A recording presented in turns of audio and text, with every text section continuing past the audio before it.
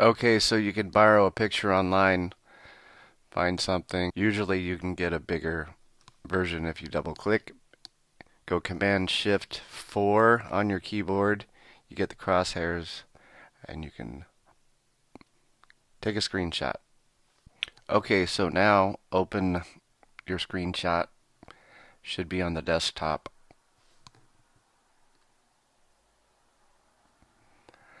Open what you want to put there, and let's look at the selection tools.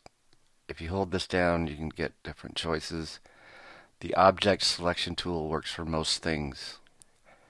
Just draw a box around what you would like to select. You can then use your move tool. Hold down on this, keep holding down your mouse button, and float above your tabs. Keep holding down when you're over the canvas. You can let go.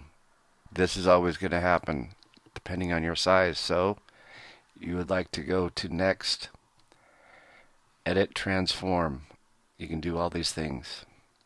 I will now scale this.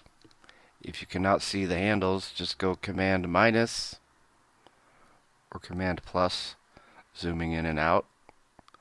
You can then size your image. Get this where you want it to go. Command plus. You can zoom back in.